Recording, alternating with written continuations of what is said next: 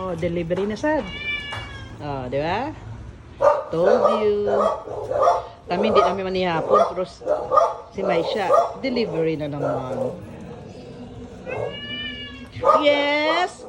Mait na mo? Mait na mo? Mait na mo, baby? O, sige, magkaon na mo. Dito mo sa kabila. Dito mo libot dito kay mapakaon ako sa inyo, ha? O, sige na. Dito, libot purper, ha? O, naan sa delivery naman siya, o. Okay. O, naan na sa do. Nagkaon na sa dagmangid na. Kami ni Rika, di namin magkaon niya kaya nakiyakiniko kami kanina, di ba? Pero sila, oh, tingnan mo. Ano imo ate? Palabok and burger steak. Fries. And fries. Oh, muna ilang pagkaon. Kami, hindi na kami iyak. Pero tinami kabusog ya. Sa lalaki pag-itiyan ko up to now. Pero ang magnanay, hindi na pwede ya. Lalo na ng isa nga niyo, ang kinikini sa screen ko. Oh. Wala na iuso sa ilang diet ya.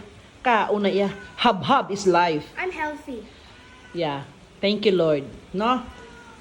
Bala na. Really healthy. Bala na no. Basta walay sakit nak, no? Very good. Mandi man ako. Maayo pa guys, mas spenta sa food kisa sa mas spenta sa medicines. Kaya kami, food is life gi kami ya. Mag-enjoy ka pa compared sa magbayad ka sa hospital, magbayad ka sa check-up, nga mahal ka ay sa nga tanan, dugay pa ka sa tanan, mukhaon na lang ni. No, guys, no. Muna ka among principle in life. Food is life. Kaon na lang mi, dili kami magasto sa medicines. Spend mo sa medicine, ipalit ang pagkaon na mo. Mabusog pa mi, malipay pa mi, ma-enjoy pa mi. Sobra nyo kukuripot. Ang ending nyo, landing ka sa hospital, mas dako pa yung gastuson. Di pa mo katilaw og lami. Di ba? Kana ya points of view ko lang na, kasi kami ya, food is life. Di ba, baby? Silang duwa kay mga bulaos man, kauna, wala, gikan mi sa yakiniko, kami din ni Rika, di na mi magpanihapon, sila ya, hindi na pwede. That's 4 hours ago. Kana lalo pa na isa nga na, kada sita ba ching-ching.